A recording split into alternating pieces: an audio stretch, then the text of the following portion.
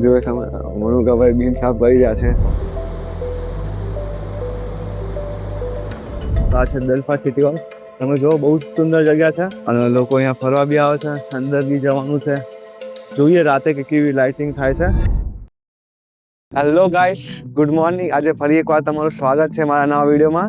તો આજ છે ડે 3 નોર્ધન આયર્લેન્ડની ટ્રીપનું અને આજે સવારમાં ઉઠીને રેડી થઈ ગયા છે. અત્યારે વાગ્યા છે સવારના 10:30 અને આજે થઈ ગયો છે હોટલનો ચેકઆઉટ ટાઈમ.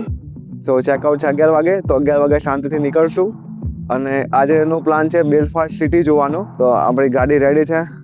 વેધર પણ આજે પણ શાનદાર છે. તડકો નીકળ્યો છે. બસ જવા માટે રેડી થઈ ગયા છીએ. તો ચલો મિત્રો, જોઈએ આજે અમારો બેલફાસ્ટની ટ્રીપ કેવી રહે છે. તો મિત્રો જો સવારમાં જવાની તૈયારી કરીએ છીએ અને આ દિલીપભાઈ અમારા વાસણ ધોઈ રહ્યા છે. જો મનુકાભાઈ બીન સાફ કરી રહ્યા છે. તો હા મિત્રો, આ આપણા ઇન્ડિયાની જેમ હોટલ નથી કે મીન્સ કે બધું એ લોકો કરી જાય. આ મીન્સ કે એક ફાર્મ હાઉસ છે, હોલિડે હાઉસ છે. તો તમારે બધું પ્રોપર જાતે ક્લીન કરવું પડે. અને આ જો આપણો આજનો લુક, આજે રેડી થઈ ગયા છે.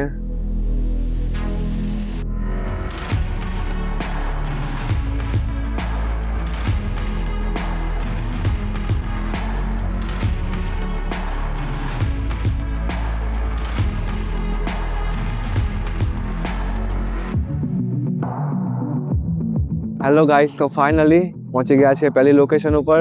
આ છે વોટરફોલનું સ્પીડબોર્ડ. એટલે સમજી લો કે કોઈ હિડન પ્લેસ છે. અમને પોતે શોધતા 15-20 મિનિટ થઈ છે. ચલો તમને બતાવીએ કેવો છે વોટરફોલ. મનુકા સે હાય. આ છે વોટરફોલનો લુક. આ જે નદી જાય છે ત્યાંથી આ રીતનો સ્ટેર્સ છે. જો તમે લપસ્યા તો ગયા. આમ તો લપસ્યા એવા પથરા આ લોકો મૂકતા જ નથી.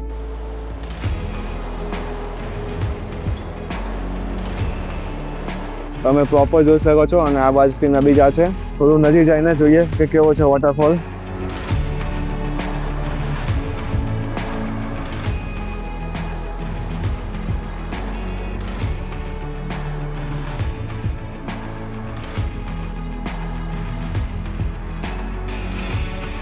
ફાઇનલી ગાઈસ, ઝરણું જોઈને આવી ગયા છે. હવે નેક્સ્ટ લોકેશન.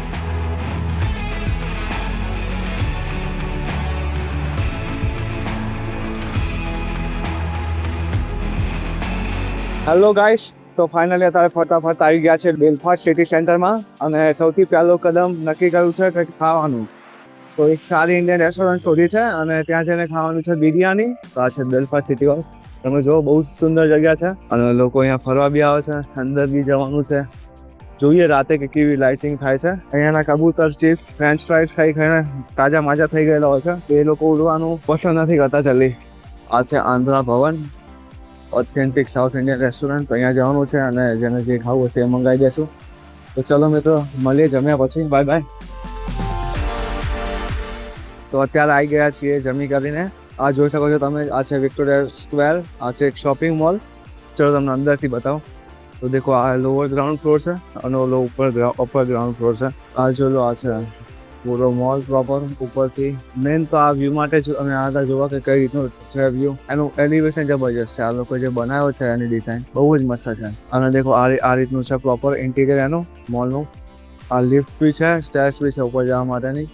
તમે જોઈ શકો છો ઉપર અને ઉપરથી જે વ્યૂ દેખાય છે આનો, એ જોવા જવાનું છે. બસ હવે જોઈએ કે હવે કઈ રીતનું જવાનું છે. રેસ્ટોરન્ટ છે કે પછી શું છે.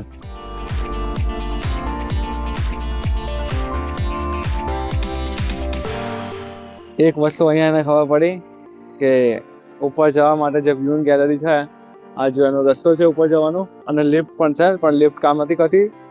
લિફ્ટ 3rd ફ્લોર ઉપર જતી નથી અને આ જે જવાનો રસ્તો છે એ પણ બંધ કરેલો છે. જુઓ તમે, લખેલું તો છે કે મંડે 10 to 6, બટ લોક મારેલું છે અહીંયા. હવે ખબર નહીં કે શું બગડ્યું હશે કે કઈ હશે, પણ પોપટ થઈ ગયેલો. આ ધક્કો માથે પડ્યો. બાકી તમે જો ઉપર ગયા હોત તો બહુ મસ્ત વ્યૂ આવત, પણ કોઈ નહીં. ટ્રાવેલ અનપ્રેડિક્ટેબલ છે. તો જે થયું એ. અહીંયાની સ્ટ્રીટો ફરવા નીકળ્યા છીએ અને આ જુઓ અહીંયાની સ્ટ્રીટો. ત્યાં લોકોએ જે આર્ટ કરેલું છે આ ઉપર જો ફિશનું, આ સાઈડ વોલ દિવાલ ઉપર. અને આ સ્ટ્રીટો ઓલમોસ્ટ કોઈ નહીં આવતું. હા, તો અમે ગૂગલ મેપમાં ઝૂમ કરીને શોધી અને પછી આ છીએ સ્પેશિયલ ગ્રેફિટી જોવા. અને એક બીજી સ્ટ્રીટ છે જો થોડીક ફેમસ છે, ત્યાં જઈએ છીએ.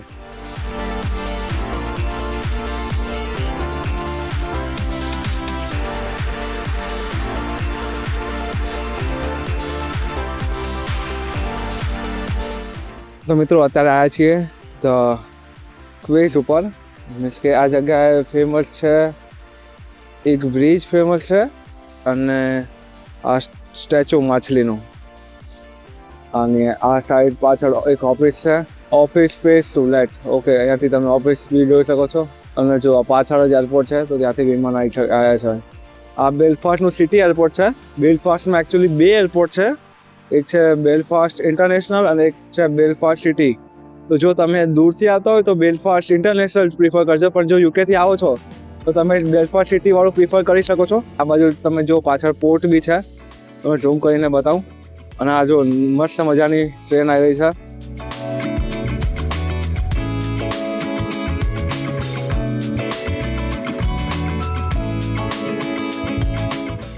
મિત્રો ફાઇનલી પહોંચી ગયા છે એરપોર્ટે. આ જો પાછળ છે એરપોર્ટ મિત્રો. તો જો અત્યારે એરપોર્ટની અંદર છું અને આવો તમને બતાવું કે એરપોર્ટની અંદર કઈ રીતની પ્રોસેસ હોય છે. તો સૌથી પ્રથમ દેખો તમે આ જે દેખાઈ રહ્યું છે, આ રીતના લાંબી લાઈનો હોય છે. આ છે ચેક ઇન એરિયા. તો તમે જે તમારી જોડે 2 મોટા મોટા બેગ લાવો છો એ તમારે અહીંયા જમા કરાવવાના હોય છે. એ લોકો અહીંયા એનું વજન કરે, એને જમા કરી લે. તો ચેક ઇન પછી હવે જવાનું છે સિક્યુરિટીમાં. તો સિક્યુરિટીમાં તમે જે બેગ તમારી જોડે લઈ જાઓ છો, ધારો કે મારી પાસે આ બેગ છે, આ બેગ અને બીજું જે લટકાવાવાળું બેગ છે એ મેં આની અંદર જ મૂક્યું છે. તો એ બંને બેગ એ લોકો ચેક કરે, તમને સ્કેન કરે, પ્લસ તમારા શૂઝ ચેક કરે, પછી તમારું કેપ જેકેટ બધું નીકાળીને પ્રોપર ચેક કરે કે તમે કશું લઈ નથી ગયા કે નહીં, એમ કંઈ એક્સ્ટ્રા. દેખો તમે આ રીતનો પ્રોપર છે. અત્યારે કેટલો ખાલી છે, જો સાંજના ટાઈમે કોઈ નથી. એકવાર જો તમે એરપોર્ટમાં સિક્યુરિટી ખતમ કરી દીધું પછી તમે એરપોર્ટમાં ગમે ત્યાં ફરી શકો આરામથી. પછી તમારે રાહ જોવાની હોય બોર્ડિંગ ગેટની, કે કઈ જગ્યાએ તમારું વિમાન આવવાનું છે.